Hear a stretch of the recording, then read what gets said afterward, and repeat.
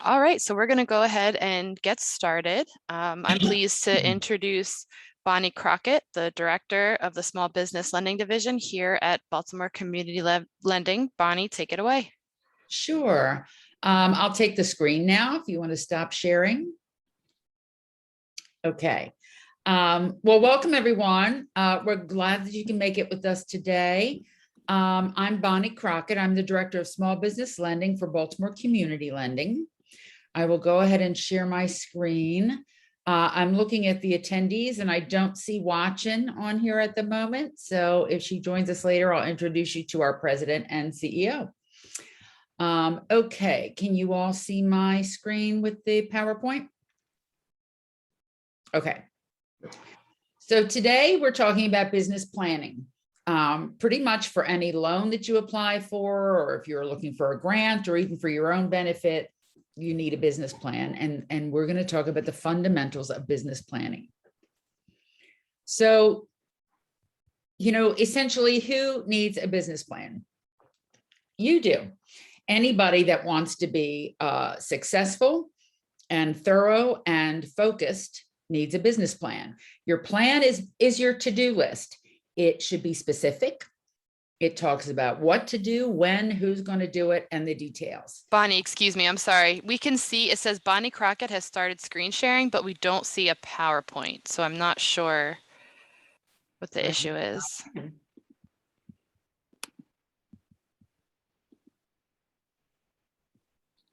Bonnie, does it have another icon that says share screen on it? No. Maybe I can try to share it. According to my screen, it's highlighted as if it's shared.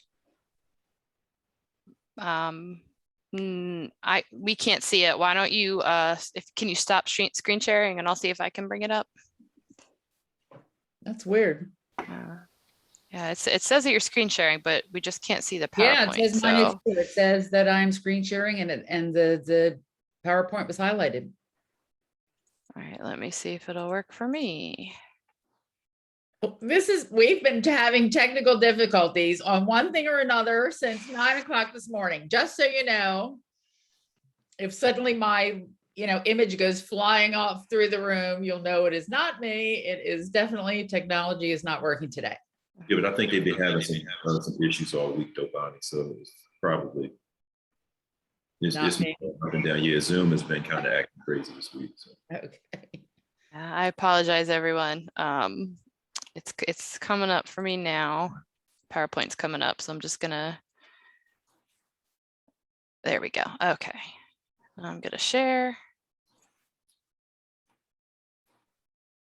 Yeah, it looks like someone in the chat is agreeing that Zoom's been doing this all week, taking too long to share. So that might just be a problem, maybe. Oh boy. That would not be good.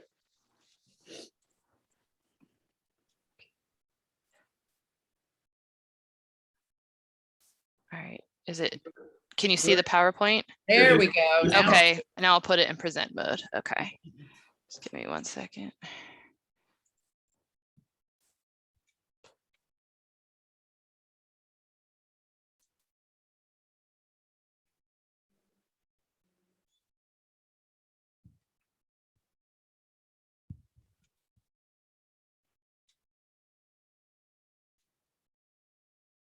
Okay. Is it presenting? Okay. Yes, it is presenting. Why don't you go ahead to the next page? All right. Okay, so we'll start this over. Your business plan is your to-do list. If everyone can please put themselves on mute, there you go. I'm not able to see anything. Okay, so we still have someone who can't see. I see it now, so I don't know. You're good on this, and it looks like you can see it. We'll also email out this PowerPoint to everyone. So apologies to those who can't see it. We will email it out. Okay. Your business plan should be specific. It should be your to-do list. You're going to talk about when things get done, who does them, and the details. We'll talk about each section at a time, but essentially your business plan is something that anyone who wants to be an effective and productive business owner really needs to have. Your lenders are going to look at it. Investors are going to want to see it. If you're applying for grants, they're going to want to see it. If you have partners that might be interested in joining you, they're going to want to look at it. It's basically the blueprint for running your business. It takes some time and effort up front, but it's going to save time in the long run. It keeps you focused. It gives you the chance to make mistakes on paper before you make them with real money. I will tell you a story, and this is the story I always come back to when I'm talking about business plans. Luckily, they were not my client, but I did know about a couple of young 20-somethings who decided they want to buy a bar. So they bought a bar from an Irish pub that was closing and moving out of town. So these two 20-somethings, they got their parents to pay $250,000 to buy the bar. But they wanted it to be more modern and not have an Irish pub look. So they spent another $250,000 rehabbing the bar. So they had put $500,000 into this project. And on the day they were ready to open, they had organized a big grand opening party with a live band and invited all these people. And they said, I guess you better go downtown and get a liquor license. They had not even thought about a liquor license. This bar was located in Federal Hill, where liquor licenses are restricted. There are none available. The only way to get a liquor license is to pay about $250,000 for it. So they took down their grand opening sign and they put up a for sale sign. They had $500,000. They spent $500,000 and went out of business before they opened. And that was all because they had not done their homework ahead of time. Had they found out about the liquor license issue, they would have resolved it. They never would have lost all that time and money. So anytime you think to yourself, why do I need a business plan? Remind yourself about the bar in Federal Hill. And that is why. You want to think about your audience. When a bank is looking at it, they want to know, do you know what you're doing? Are you worth taking a risk? You want to sort of tailor your business plan to your audience like you would a resume. That doesn't mean you change the facts, but it might mean you rearrange the order that you tell your story based on the importance to your reader. It should be compelling. You want them to keep reading. It should be compelling. It should be positive. Don't be real negative about things. And it should be realistic. I had a client once who submitted a business plan for hand-created wedding invitations. She was going to make them by hand. And she said, well, I'm going to charge $1,000 a wedding. And I did my research. There are 25,000 weddings a year in the state of Maryland. So at $1,000 a wedding, I'll be making $2.5 million a year.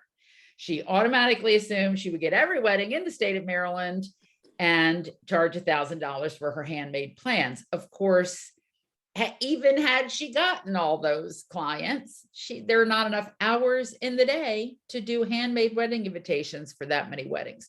So when you read a business plan like that, you know the person is not realistic, has not really done their homework, and that's not a good sign.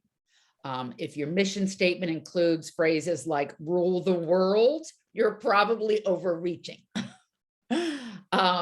I had a daycare that claimed to be international. She was starting a daycare in Baltimore City, and her clients were going to be from all over the world, which is pretty hard to figure out how someone would fly their children in from China once a day and fly them home at night after daycare.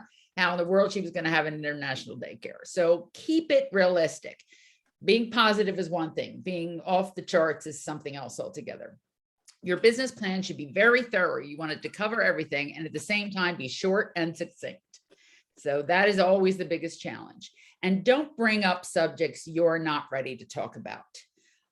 If a business plan says, I'm going to open a lunch counter in West Baltimore, and then next year it's going to be a sports arena. I mean, you don't want someone to say, how in the world is that going to happen? And you're not ready to answer that question or go into that detail. So bear that in mind when you're putting together your business plan. Next slide, Melissa.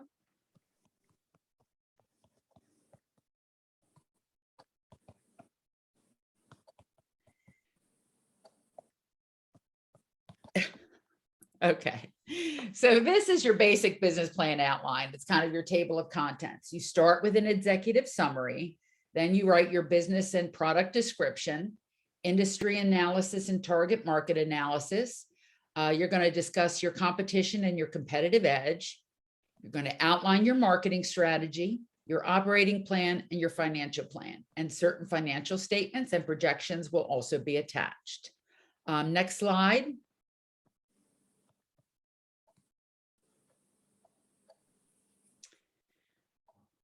So your executive summary goes first. This is essentially your pitch. It's your elevator pitch. It's your opening presentation. It's the summary of all the other sections. So it's easier to write it last. If you're writing your business plan, do this after you've written everything else. It may be the only thing they read. So you want to make sure everything important is in that executive summary because they might not go past it. And if it's written really well, they're going to stay interested and they will keep reading.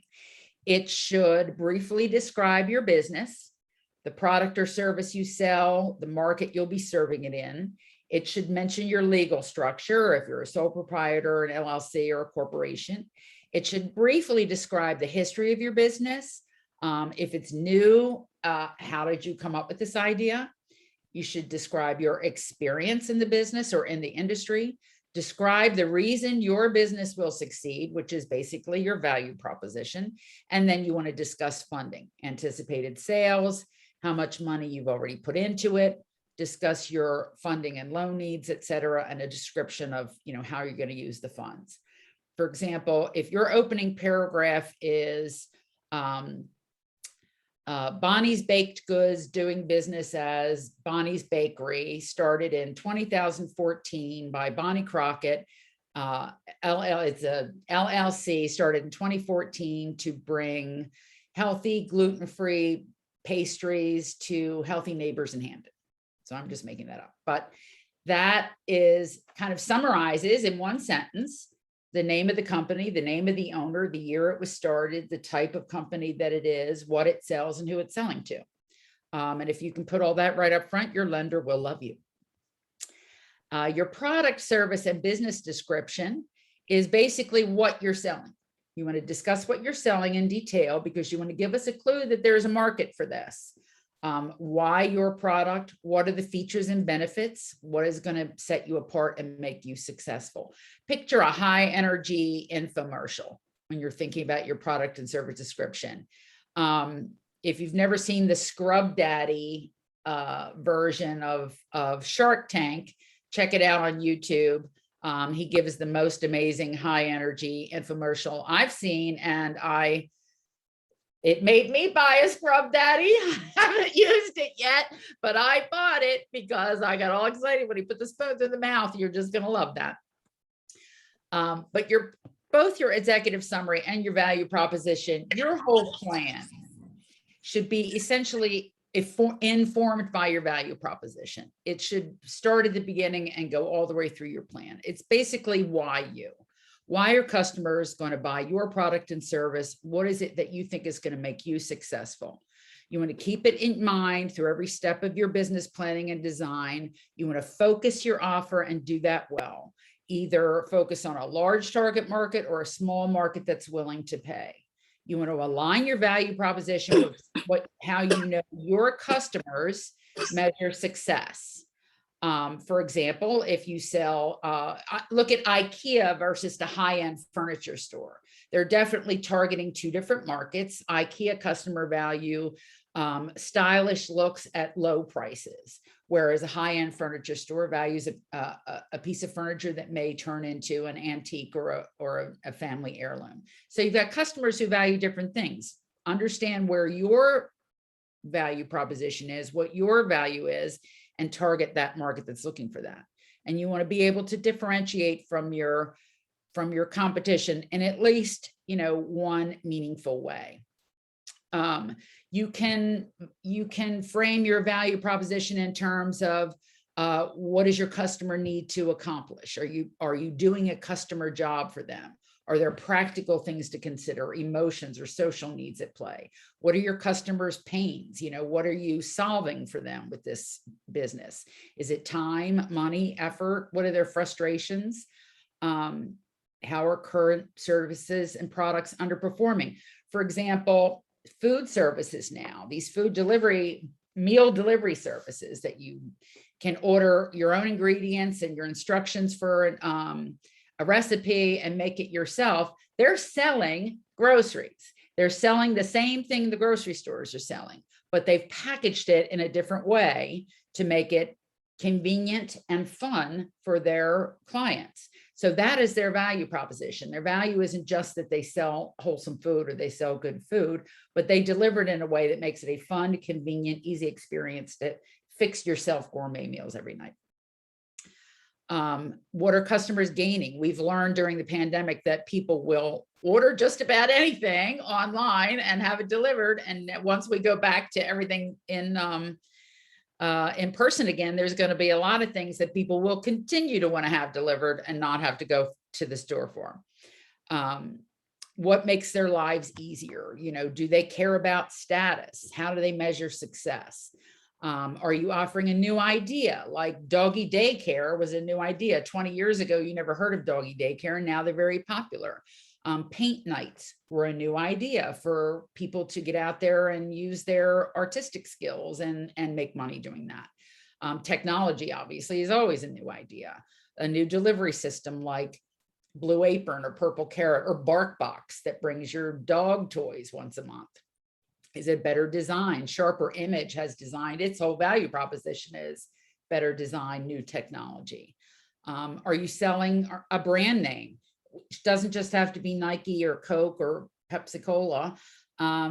It can be, I mean, think about the Charmery. Sorry, my cat, Zoom cat has joined us. She'll stop in a minute. Think about the Charmery. If you live in Baltimore, you've probably heard of the Charmery.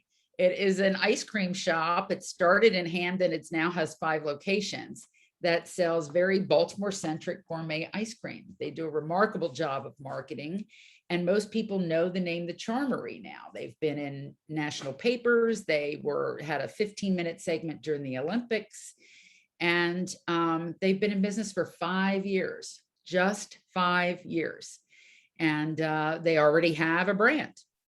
Are you selling high-end goods or specialty goods like the gluten-free, all-natural or vegan bakery? Or are you selling something higher end like the fancy furniture? Are there social benefits? Saving the planet?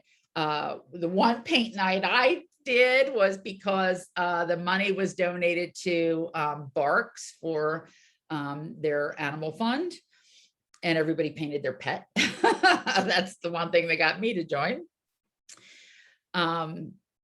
Is it, and maybe it's just to, you know, increase your beauty or your elevation, like your status, like driving a Lincoln Continental.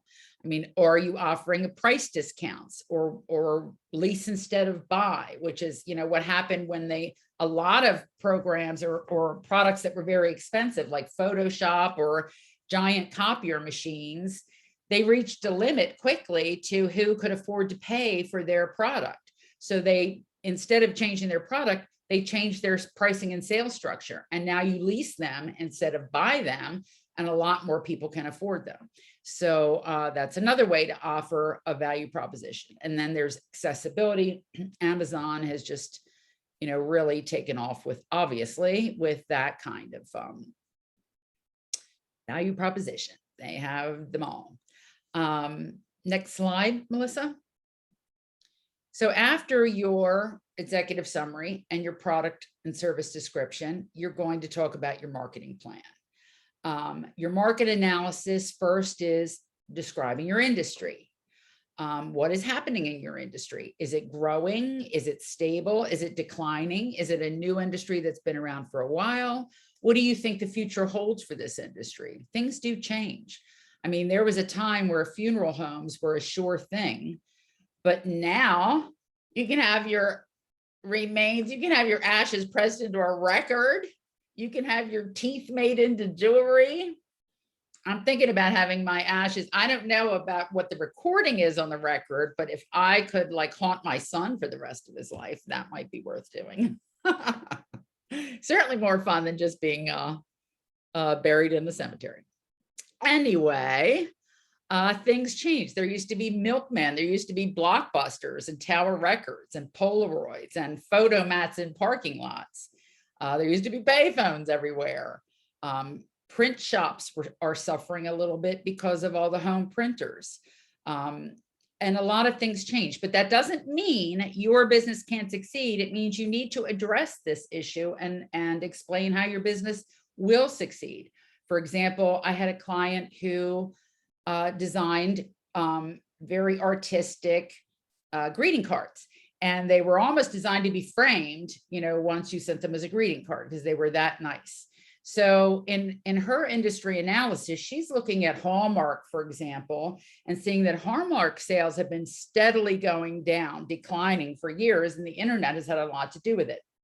Hallmark cards, just standard cards. There's nothing particularly special about it. And especially now when you can send an e-card for free. But if people are going to buy greeting cards, then they want something special. They want something very artistic. Or, you know, I bought one to send to my granddaughter that you open it up, there's a whole 3D thing that popped up. You know, it was a $20 greeting card because I wouldn't spend $3 on a greeting card anymore. I will either send a free e-card or I'll buy a $20 fancy greeting card. So she found a niche market and a way to break into an industry that is declining. But she found that piece of the market that's growing while the rest of it declines. So that's one of the reasons you need to understand your industry. You want to have an idea of the overall sales, especially in the United States or in your region or in your state. Doing your industry research is really hard because there is literally billions of dollars worth of free research on the internet. So the hard part is just wading through it all and finding what's relevant to you. So if possible, use trade journals, you know, and use Google. People are afraid Google is cheating, but it's not. Use Google, it is your friend. And if you can find solid trade journals in your industry, they're going to give you a lot of this industry data as it is already. So go into the amount of detail that makes sense, you know, in your industry analysis. If you have a pretty standard industry, you're starting a hair salon in a neighborhood that is geared to the neighborhood. We don't need to see the history of hair salons in the United States because we all have a pretty clear idea of what that looks like. If you're starting a different type of hair salon, say one that is geared towards natural hair for African-American hair or all organic supplies and, you know, gluten-free, I've even seen gluten-free eyeshadow. You know, then you want to talk about your industry a little bit and how it is changing to open up a market for this kind of a niche marketing. But otherwise, talk about what is relevant. There are people out there buying and selling in this industry. It's profitable and it has room for me. How do I know this? Here is my data and statistics and evidence that supports what I'm saying, and do your research. So next is your target market analysis. Who are your customers? How would you describe your ideal customers? Are you limited to a geographic area? Do your customers, are they distinguished by age or gender or occupation or income level or education level or family composition or ethnicity? I mean, maybe you do something for kids, or ethnicity or nationality. Which one of these factors are relevant to you? I had a client who was had a Filipino grocery store in Owings Mills, and he was doing very well, but he also delivered. And he quickly recognized that he was making 95% of his deliveries to one neighborhood in White Marsh. And when he looked into it, he discovered that there was a pretty large Filipino population in this neighborhood in White Marsh. So once he had that information, he opened a second location in the neighborhood. And his sales took off because he understood his target market and went to them where they are. What are the buying patterns of your ideal customers? Do you have a product that they buy once? Is it a hair salon where they come back once a week? How often do they come back? How large is each sale? Is it an impulse sale or is it something they think about first? I had a client that made little jars of ointment that cured everything under the sun, according to the jar. Everything that could fit on the jar, it cured. So they were little tiny things, and they were selling them in Walmart and Target, et cetera, and they were not seeing sales. They were not seeing enough sales. So they went into the stores and they paid the extra marketing fee to have their little jars moved up to the cash register. And as soon as they appeared on the cash register, their sales took off through the roof, because people don't go shopping for a little jar of ointment. But if they're standing in line and they see it, it is an impulse buy and they drop one in their cart. And their sales just took off. It was worth every extra penny they sent to have it put at the cash register. So it helps to, know these things, learn from what you can research and what you do now. When they're making buying decisions, what do they care about? Do they care about cost, or are they more concerned about quality? Do they care about the features, or do they care about convenience? Gluten-free bakeries, they care about the ingredients. Food delivery services, they care about the convenience. Cell phone carriers, banks, they have a very hard time getting new customers, because basically what they care about is the bad experience they had somewhere else is pretty much the only reason they change banks or cell phone carriers. And that can be a challenging thing to drill up more customers. How many do you expect to have? How large is the market? What percentage do you think you're going to serve? What is your capacity? And is there a demand for your product? The number one reason most businesses fail is because they've got a solution in search of a problem. They have a product that nobody wants. I actually had someone come to me who she made knitted toilet roll covers. If you're of a certain age, you might remember these, where they look like little skirts and have the top half of a doll sticking up, and they sat the extra roll of toilet paper on the back of the toilet. Well, she made those, and her friends and relatives loved them. So she wanted to rent a store in Harbor Place to sell knitted toilet paper roll covers. She had about 20 ready to sell. Now, what she was going to do and how she was going to pay that rent when she sold all 20 of them was beyond me. But that was definitely a product in search of a market. And I have a feeling all of her friends and relatives that told her how wonderful they are was the limits of her market.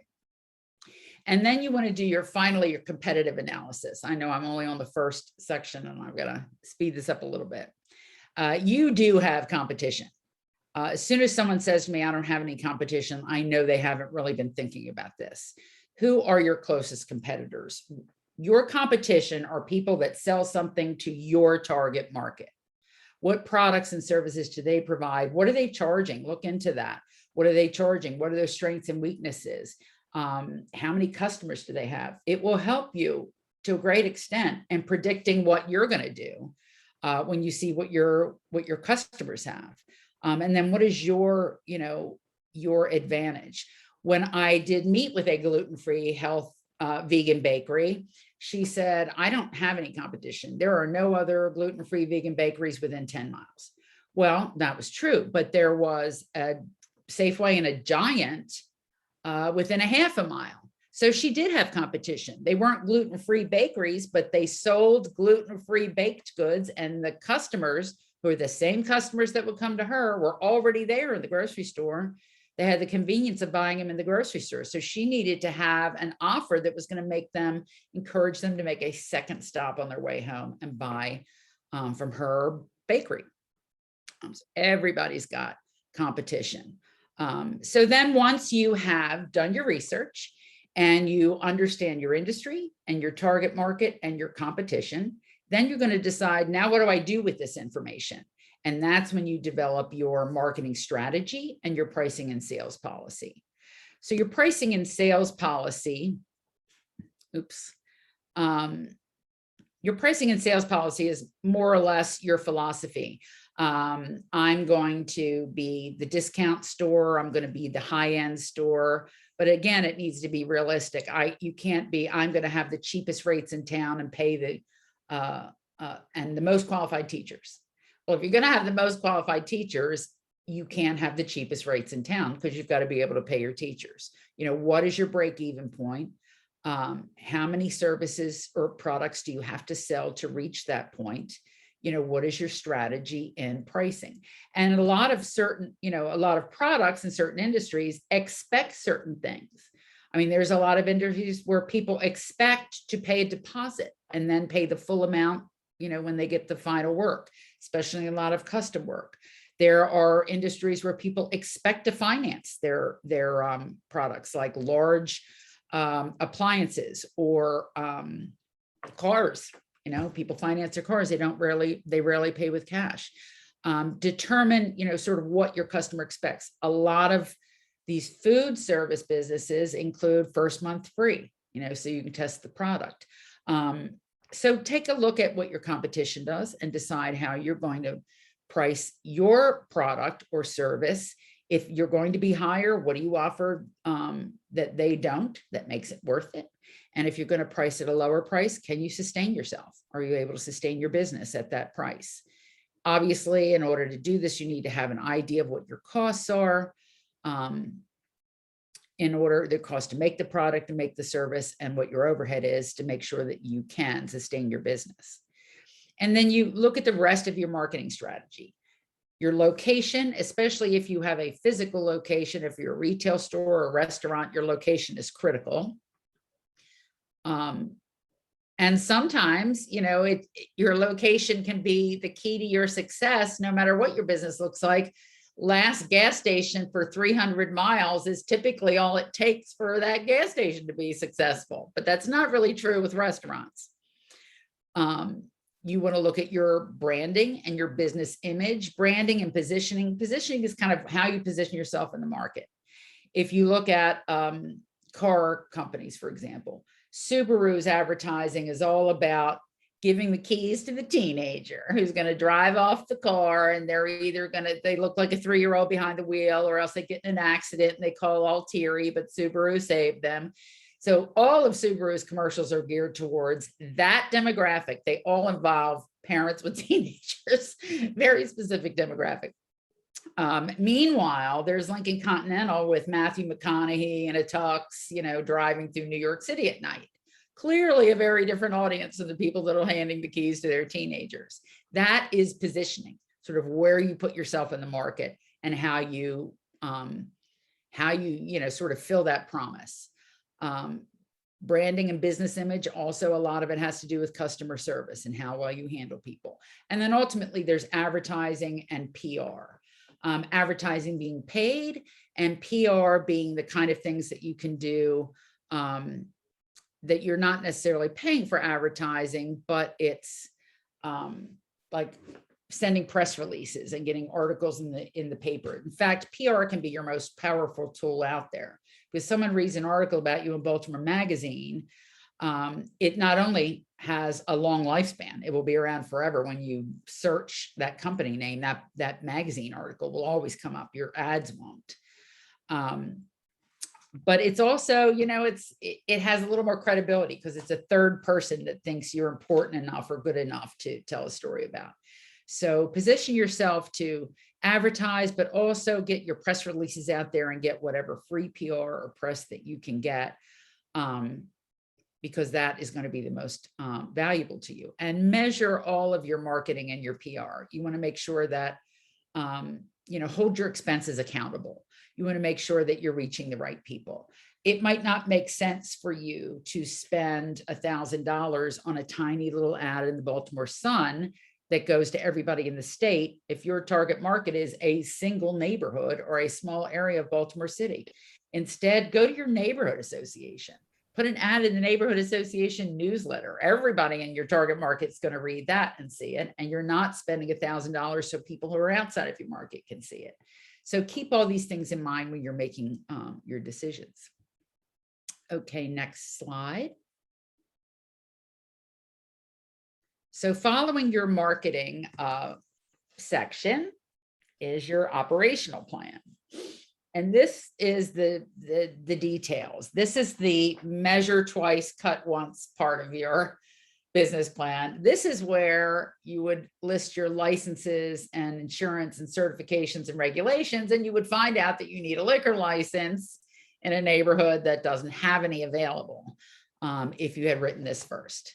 So in this case, you are also talking about your location, but not in terms of the market and how the location works to your benefit to attract people. Here you're talking about your location in terms of, you know, how you're going to afford it, how you're going to maintain it, you know, how important is it to you, the operations of your business. In some cases, your location may be a warehouse. You know, maybe you're a trucking company and you want to have a location that's nearby to ports and or the airport, et cetera. So maybe you have a location. I had a client once who was opening, she took a warehouse and she turned it into artist studios, and she was going to make them available 24/7. Well, if she was going to make them available 24/7, she needed to have security. You know, she needed to make it safe for people to come in there. So she had to have security and she had to have cameras and all those things that were directly related to her location and the building she was in, facilities management. You should talk about your legal form. Are you an LLC or a sole proprietor, an S Corp or a C corporation, or are you a partnership or an LLP? That is a subject for a whole other seminar, because there's a lot to it, mostly having to do with tax benefits and liability. And I find that people ask a lot of questions about that piece. We'll do another seminar one day on legal forms. You want to talk about your management structure and your key employees. And this is very important, especially if you're a startup, because the people reading your plan want to know if you have the experience to make this happen. And if you don't take anything as a major discouragement, just look at it as a challenge. I had a client come to me who wanted to open a retail store that sold cooking utensils and equipment, but also taught cooking lessons. And he had never run a retail store. He had never been a cook. And he basically was bringing, his only experience was that he'd been a waiter for many, many years and worked in a lot of fancy restaurants, which really does not translate to running a cookie store and teaching cooking lessons. So we were concerned about his experience. So because of his experience, he went to, as it turned out, 4 different very well-known chefs in the city of Baltimore. And they were names that I recognized, and talked to each of them. He had worked with each of them, and they all signed an agreement saying, we will be an advisory board. We will meet with him every 3 months and we'll review his plans and his business plan and his financials and his marketing plan, and we will advise him on running his business. And they all signed that agreement and sent it in with his loan application. So he got the loan, because while he didn't have the experience himself, he was able to demonstrate how he was going to bring it to the table to make sure that his business worked. This is where you talk about, again, your required training or licensing or insurance for your business. Hair salons and barbershops need barber's licenses. There are a lot of professional licenses required. You need a real estate license, you need medical license. So what is is there something that applies to your business? There are regulations that may apply. You can't make food in your home kitchen and sell it. You have to have a commercial kitchen. Those are health department licenses. You need a liquor license, obviously. So this is the section where you do that research, you find out what you need, what it takes to get it, so that you can work it into your actual plan. You're going to talk about your production or your operation. And this part varies the most from business to business, because you may be actually making a product or you may be providing a service. And so we want to know the details of how that works, but it can be, like I said, very different from business to business. It's all different. I had a client who made dance costumes, And her biggest issue with production was finding people who could sew. And because it became such a challenge for her, because sewing is a quickly disappearing skill, she included a free sewing training class as part of her business so that she could, give back to the community by teaching people skills, but also teaching people skills so that she could hire them afterwards and give them a job and they knew what they were doing. It all depends on your business. We just have a client now who's a tequila manufacturer, and I did not know this until I read their business plan. But in order to be tequila, it has to be made in Tequila, Mexico, kind of like champagne. So they had lots of, rules and regulations that completely spoke to their operating plan, and how they were going to run their business. They had to run it in a way that, one, followed all the licensing and rules and regulations that applied to their business, but two, also promoted their value proposition in a way that made their business stand out, which in their case had to do with bottling and labeling and marketing, et cetera. You should have a contingency plan. Again, how detailed that needs to be really depends on your business. If you sell artwork on Etsy and you're out sick for a week, it's probably not a problem. But if you run a daycare and you're out sick for a week, you may very well not have any clients left when you get back. So depending on what your business is, you should have a contingency plan. And not just if something happens to you, but what if you are not making as much money as you'd hoped? What if a product or an ingredient that you used suddenly became difficult to get, or the price shot up, like the price of coffee? I met a woman who made prepackaged meals. She was from Puerto Rico. She was in Puerto Rico making, her business was there, and she made prepackaged meals of a famous Puerto Rican dish that included bananas.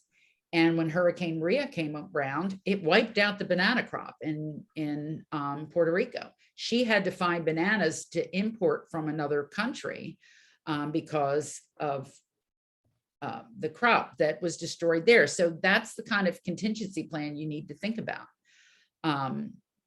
There's been a lot of struggle during COVID with different businesses who they may be doing well, but they're having trouble with supply chain, because things aren't coming in or aren't being imported into the country, or things aren't being manufactured fast enough. So a contingency plan is you think about those things that are critical to your business and what are you going to do if you need to back that up. I had a client who sold seafood, and he sourced all of his seafood from the Gulf of Mexico. And then there was a massive oil spill and he couldn't get any seafood. He had to find new resources for it. Now he did find them and he has new sources, but now he orders from several places so that if something dramatic happens to one, he's not left holding zero, but he has a backup at other places. So those are your contingency plans.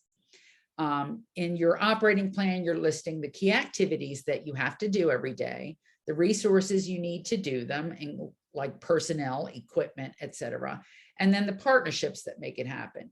Maybe you might make a coffee drink, but you create it, but somebody else bottles it. So the bottling company may be your partner.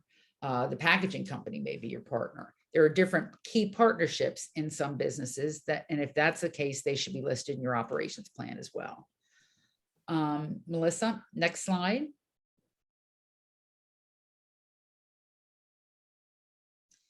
Then after your operations plan, finally, is your financial plan. Plan ahead. Make your mistakes on paper. Lose your money on paper before you lose real money. And then you are in a lot better position. You should include how much money do you need to start your business? If you're looking at an expansion, how much money do you need to add this new product or expand your business? How much money you're going to need to operate for the next 2 years? How much of this money can you invest? How much can you borrow? Are you going to find funds in a different way, like crowdfunding? There are limitations on business loans, as you probably know. For example, most startups can't get a loan much past more than $50,000. There are exceptions, but you need to work all this out ahead of time. Do you have any other means of income to fall back on while you get started? Keeping your day job while you start your business, if that's something you can do, is probably a good idea. It takes a little bit of the stress off, even though you're working extra hours. Some businesses, it's just not possible.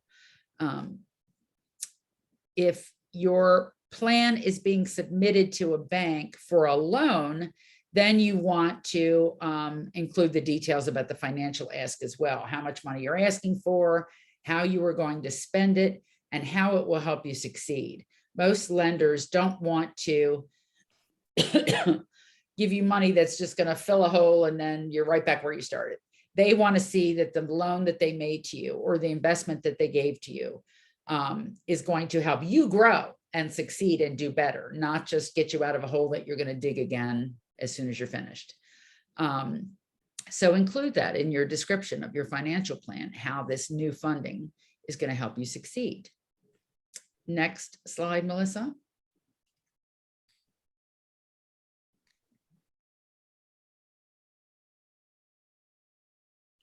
And then your financial plan is going to be backed up with financials. These are the basics. A list of startup costs or expansion costs if you're starting your business. And startup costs means everything you have to spend in order to open your door. Once you get into that first year of operating, that's operating costs, not startup costs. So startup costs are what it takes you to open your door, or expansion costs, what it's going to take to take this next step or take this expansion. Your balance sheet, which is a snapshot of what you own and how you paid for it. That is what tells someone what your company is worth in dollars. So it's not a profit and loss statement or an income statement. It doesn't include expenses. It includes assets, things that you own, from cash to inventory to equipment, and how you paid for it, whether you paid out of pocket with your owner's investment, whether you have a loan to pay for it, or whether you have retained earnings that you've made money and that's paying for these assets.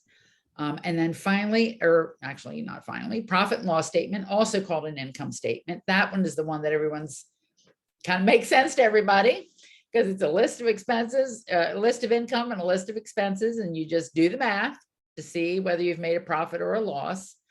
And then cash flow projections, which are similar to a profit and loss statement, but they project into the future. And it's looking at cash going in or out. I mean, for example, you may have an initial investment of $100,000 because you had to build out a lease space. And considering that investment, you're not really breaking even on your investment for, say, 2 years, because it costs so much to open. But you're not paying that $100,000 up front. You've got a loan. So looking at your cash flow projections tells you how much that loan payment is each month and how much cash you actually have going in and out to sustain you until you've broken even and caught up with that $100,000 investment. Cash flow projection is one of the most valuable things you can do for yourself. And it is something that every lender looks at, but if you do it for yourself on a monthly basis, a monthly cash flow projection, it's going to help you plan ahead. It's going to help you figure out if you are sustainable. Do you need to lower your expenses or do you need to increase your prices? It's going to help you see if you have seasonal, ups and downs and how to prepare for them. And if you break down your income into categories, like whether it be products or wholesale, retail, et cetera, it can tell you where your business is the most successful. I had a hair salon that she provided hair services, nail services, full body spa, and she sold products. She tracked on a cash flow projections, she tracked her income in those categories and quickly learned that the full body spa was not supporting itself.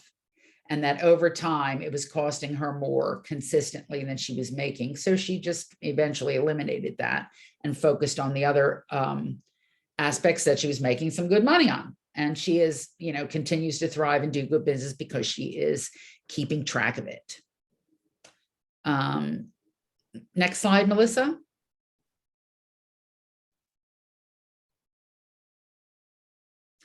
So if I leave you with nothing else, remember that first impressions really count. When someone looks at your business plan, they're going to have an impression before they've even started reading. Is it neat? Is it neatly done? Is it in typeface that you can read? Does it look like a professional piece of paper? Or does it look like you were careless about it? First of all, proofread. There's nothing more frustrating when you read something and there's just typo after typo or misspellings, bad grammar, poor formatting that makes it hard to follow. Those all give the impression of someone that didn't bother to take the time to make it look good, which just sort of speaks to what kind of a business owner you might be if you're someone who doesn't take the time to do professional work. So instead, you want it to give the impression that you are very professional and that everything that comes out of your business looks that way. You want to keep it on point, both subject and tone. Remember, this is not a marketing piece. You are not talking to your clients. You are talking to bankers and investors and potential partners. They're interested in the business. You're selling your business here, not your product. Your product is you're selling to your clients. Here, you're selling the business. Yes, I've got this wonderful product, but the overall story is, and I know how to make this work as a business and how to be a success. And again, keep your value proposition in front of you throughout the whole process. Remember, people really do care about what's in it for them. They want to know what your product or service is going to accomplish for them.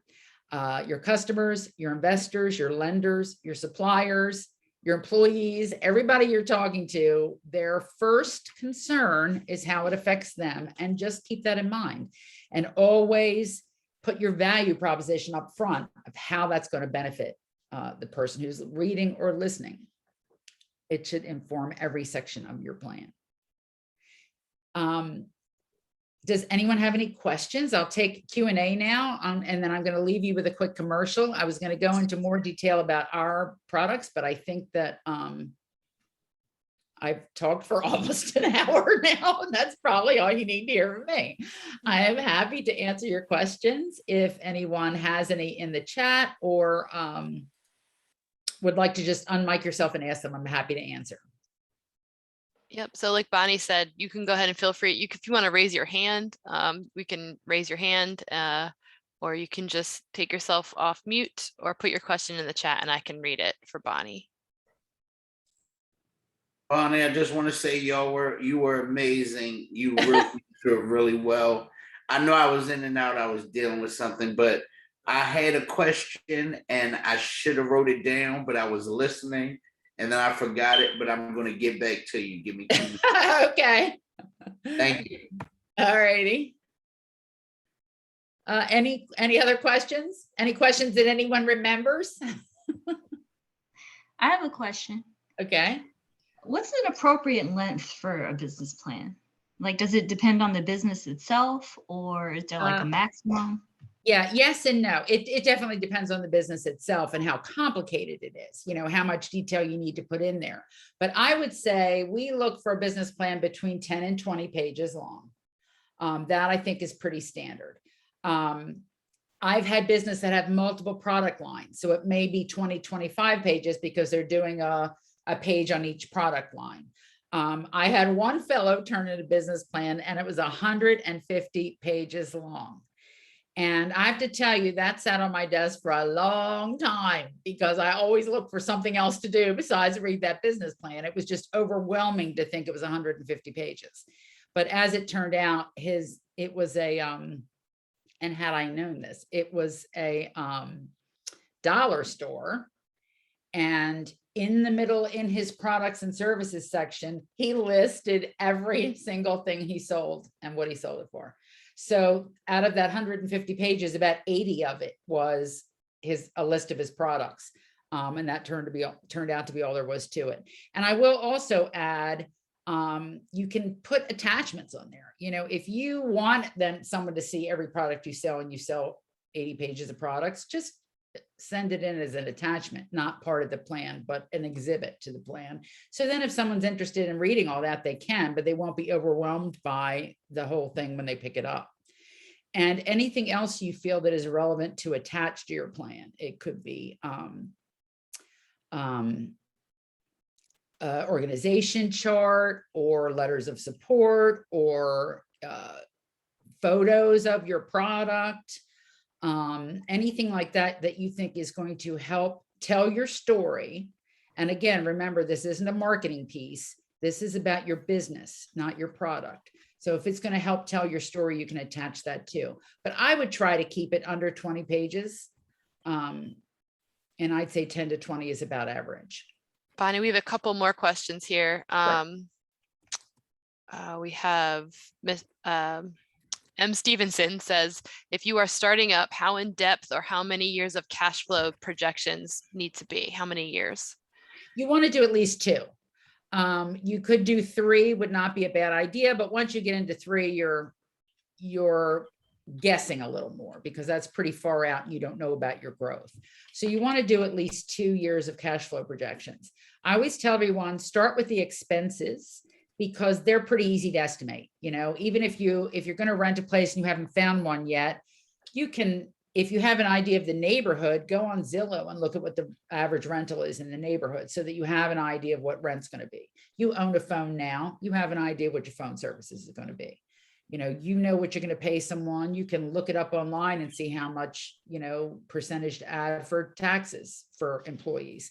So start with your expenses, and then you're going to estimate your income based on how many products you can sell or services you can sell. Assume that in the first year, it's going to go up over time. You're not going to start month 1 with a full slate. You're going to grow into it. As you grow into it, if you have a product, chances are you're going to have to increase the cost of inventory as you increase the cost, as you increase the number of sales. So I would take it out to at least 2 years. 3 wouldn't hurt you. And every quarter I would go back and tweak it based on what you know, and keep it current. Bonnie, before we get to the next question, I know some people might have to go. I know that can you stay on, Bonnie, for a little bit longer? Absolutely. Okay, but before, if anyone has to go, I put my email in the chat, melissa.badaker@bclending.org. If you have any questions, feel free to shoot me an email and I'll make sure Bonnie gets them or that we can answer them for you. Everyone is going to receive this recording as well as the PowerPoint presentation. So I just wanted to share that for anyone who needs to go. But we did have some additional questions. Let's see. MZ Mediator says, I've been writing and trying to keep up, but can you elaborate further on key activities, key resources, and key partnerships in the operations plan? Sure. Key activities are, the things that's sort of your operations and production section, the things that you have to do to run your business. So it may be, sell the products. Say I had a client who was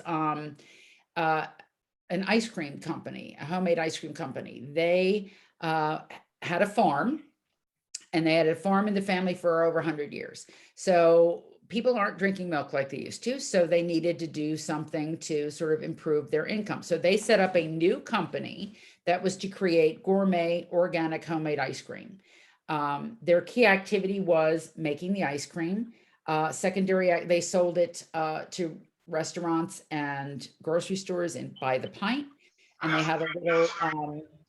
they had a little ice cream shop on the farm that was open during the summer. So their activities were making the ice cream, packaging in pints and delivery, running the ice cream shop to sell cones. They had HR and employee management. They had marketing and accounting. And those were their activities. Their key partner was the farm because it was not the same company, it was the same family, but the key partner was the farm because it was from the farm that they got their their product. They also looked at they got the milk. They also looked at their packaging company as a key partner because they took care of all the, the process and putting it in pints and setting it in packages and shipping it out. So their key resources were, the milk, the employees, the financing, in some cases, the equipment for making ice cream. And those were their key resources. Does that make sense? I think Mr. May, did you have a question? I thought Marvis May went off mute for a second. Maybe not. Okay. So the next question is, what are your views on using a template? Would you say that it is a big part of what helps get a loan approval? I apologize, ladies. I heard you called me. I was in the kitchen. I apologize. This is It's all right. We thought you had a question. Did you want to ask your question? No, I put it in the chat, I believe. Okay. So keep doing what you're doing. I don't want to stop the flow. I apologize. Okay. Well, I forgot already. What was the question, Melissa?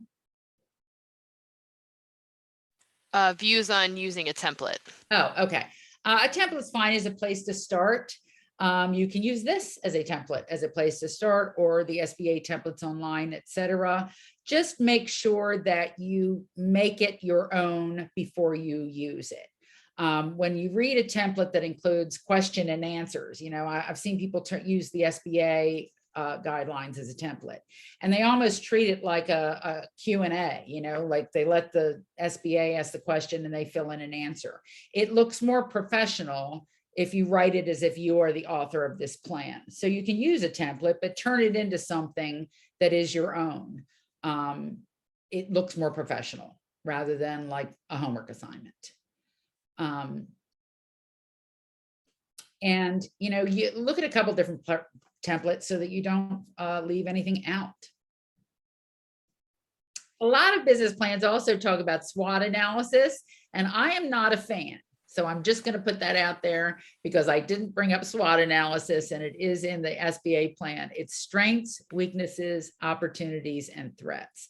And I don't like that. For one thing, when people write down their weaknesses or their threats, they list everything under the sun. You do not need to tell your banker every imaginable thing that can go wrong. Let them think of that list on their own. They will. Your strength should be something that informs your entire plan from beginning to end. You shouldn't have to list that. That should be something clear through everything that you write. And threats are not threats, they're challenges. And you should address them in the positive tone of how you're going to address the challenges that may come your way, not here's all the things that could go wrong. So I just don't like the way that the SWOT analysis tone is for a business plan. It's a fine thing to do if you're with your competition though. And the other thing I wanted to mention, when you are talking about your competition, it is fine to set yourself apart, but be nice. Don't be nasty about your competition. You never know. I had a client apply to open a coffee shop in a neighborhood where I frequented. And she said, I'm opening my coffee shop because the coffee shop there is dirty and it's old and it's gross and only people go in there and hang out. They're not clean. And she went on and on and on saying all these negative things about that coffee shop. The whole time I'm thinking, I love that place. I go there all the time. By the time she was done, I was annoyed with her because she said so many mean things about my favorite coffee shop. So saying, sort of talking about everything that's wrong or being hypercritical or just using sort of super negative language about your competition really just reflects on you more than your competition. So rather than, it's dirty and old in there, my coffee shop will have a different look because it's going to be modern and white and clean and not like the old fashioned buildings around the neighborhood. That's a whole different way of saying the same thing that would not have made me all defensive about my favorite coffee shop. All right. Another question we have is, to the financial plan, does that also include the wholesale costs? Yes, I'm not sure I understand the question. Include the wholesale costs? That would be, so I assume that you're talking like inventory? I don't really understand that question. MZ Mediator, do you want to unmute and can you elaborate a little bit?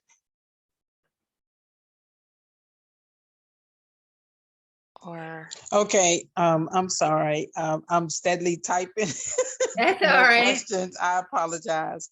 And now I have to go back to that question because I tried to mark off a lot of things because I was writing everything down, and pretty much copying it for me to make notes and address them.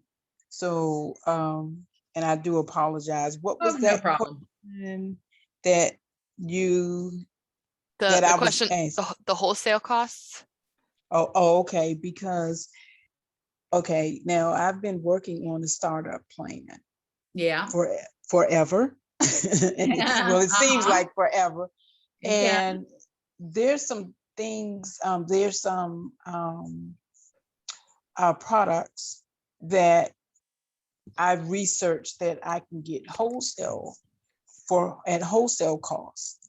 So how would I, or would I incorporate the wholesale cost versus an actual cost in the startup plan? Yes, if you're putting your, say, your cash flow projections together or your startup cost, you want to Yes. keep it as real, as possible. And if you know that you're going to buy a product at wholesale, that's part of your financial plan, is the buying it at Okay. wholesale, selling it at a higher cost.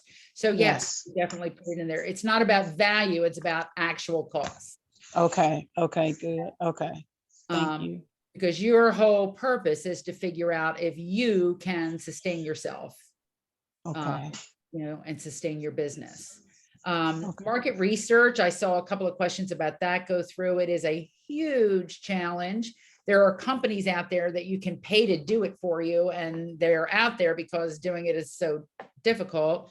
As I think I mentioned, there is literally billions of dollars worth of market information online for free, but it's very hard to get through. Census.gov is a great place to start. Bureau of Labor and Statistics has a consumer expenditure survey, which will tell you who's spending money on what. In fact, I had a client who wanted to start a fancy little pet supply store, fancy dog collars and, bowls and things like that. And she was young, she was right out of college. So she, of course, wanted to target market people who were her age right out of college, which is not an uncommon thing people want to do. But when she did her industry research, which I helped her with, we looked at the consumer expenditure survey on pet supplies, and you can break it down by age group. So in the 20-something age group that she was looking at, nobody was spending money on pet supplies. But if she looked at the age 55 plus, it was like 70% higher than everybody else. These older folks whose, I guess their kids are grown and now they're treating their pets like babies, are spending all their money on pet supplies. So she changed her marketing focus to market to an older generation, even if it just came down to a photo of an older person in her store as opposed to a young person in the store, because that's who's buying pet supplies that are fancy and expensive. So this is the kind of thing that your marketing can tell you. It's important to do, and there are places you can look at to do it. And we can help you with all of this. We do provide small business training. And if you're applying for a loan from us, we help you with your business plan. We help you with your financials. But there's a lot of good resources out there. If you're looking for industry information and target market information, a lot of it is available if paid, but a lot of your local libraries and university libraries pay for the subscriptions, and you can go there and use the information for free. The Enoch Pratt Free Library, the main branch on Cathedral Street downtown, has a business library and a business librarian that can help you with everything. And if you go in there, it's arranged, the shelves are arranged by industry. You can go online and use all of their paid subscriptions. You can look for grants in there, and you've got a business librarian that can help you out. It's all free. I highly recommend you check it out.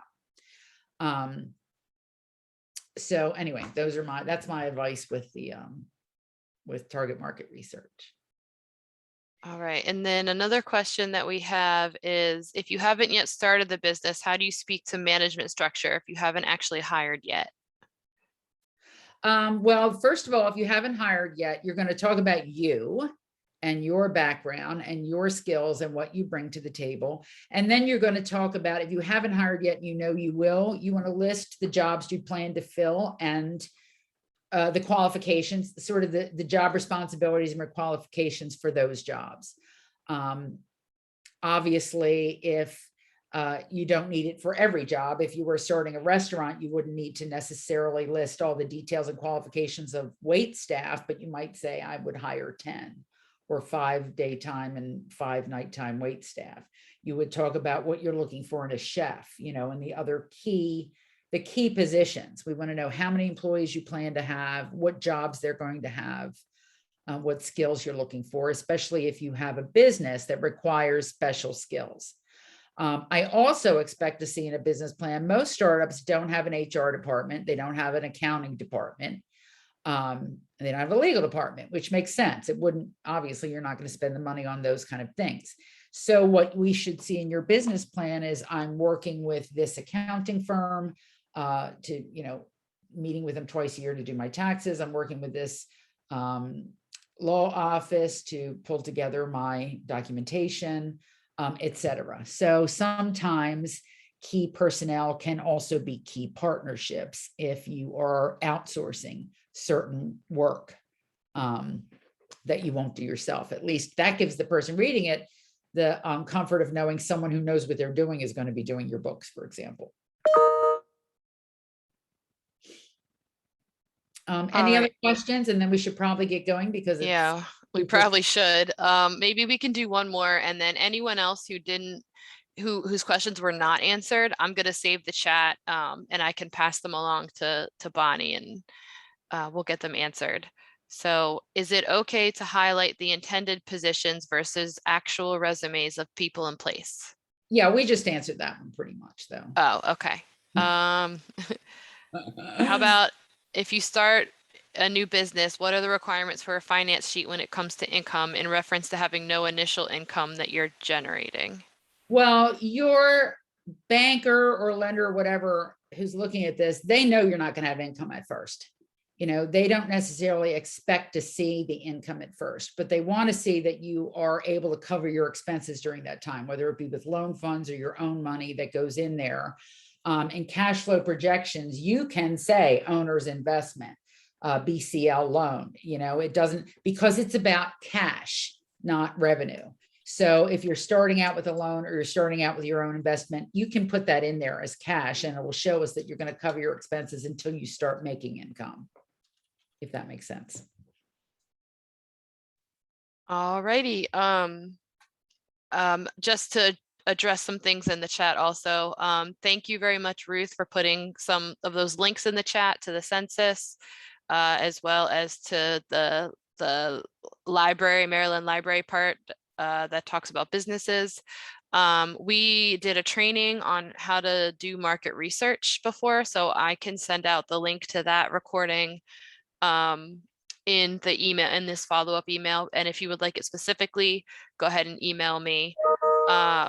So I'll put my email in the chat one more time if you have any other questions. Other than that, keep an eye out for the follow-up email, which will include this recording, the PowerPoint presentation, and the link to the market research webinar.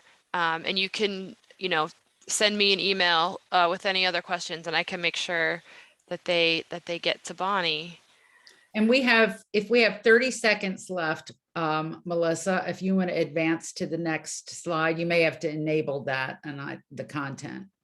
Okay. Our commercial. I have to make sure that I Can you play it? I'm gonna have to stop, but then I'm gonna have to. Here you go. See if that. allow my sound. Okay. All right. Never mind. I didn't mean to make it complicated. I thought It's it was okay. just, Um, but I'd leave them with our 30-second commercial. oh gosh. No. I don't think the sound, my speakers don't work on this computer. Okay. It's not gonna be able to work. Anyone seeing mine this time? Yeah, you're gonna have to. Can you see mine? Yes. We can see it now. Okay. Let's see.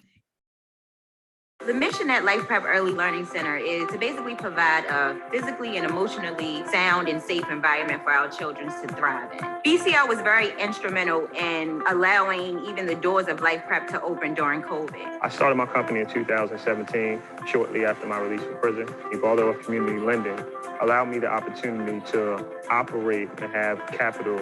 I have that room in effort to pay my payroll, do materials and things of that nature. There you go. I just wanted to share that Oh. before everybody went. We saw the PowerPoint, not the commercial, but maybe I can put the commercial. Oh, you still didn't see the commercial? Well, we saw your PowerPoint. We can hear it. It was Oh, for audio. heaven's sakes. All right. I give up. This I'm is gonna add not- that. This is not a good Zoom day. Okay, we'll send it out to everyone. Sorry, Ruth. We'll include that I'll include it in the PowerPoint that goes out. We'll have the last page be the link to the our commercial. We keep trying to show that commercial and it never seems to work. Anyway, thank you so much, everyone. It was a pleasure to have you here. Thanks for hanging in late to ask some questions. And stay tuned. We will continue to do these kind of seminars. We're trying to do them more often. And if you have any particular subject matters you think might be especially interesting or that you'd like to hear us do a seminar about, please feel free to let us know. We're always looking for good ideas that people really care about. Thanks, everyone. Perfect. Thank you.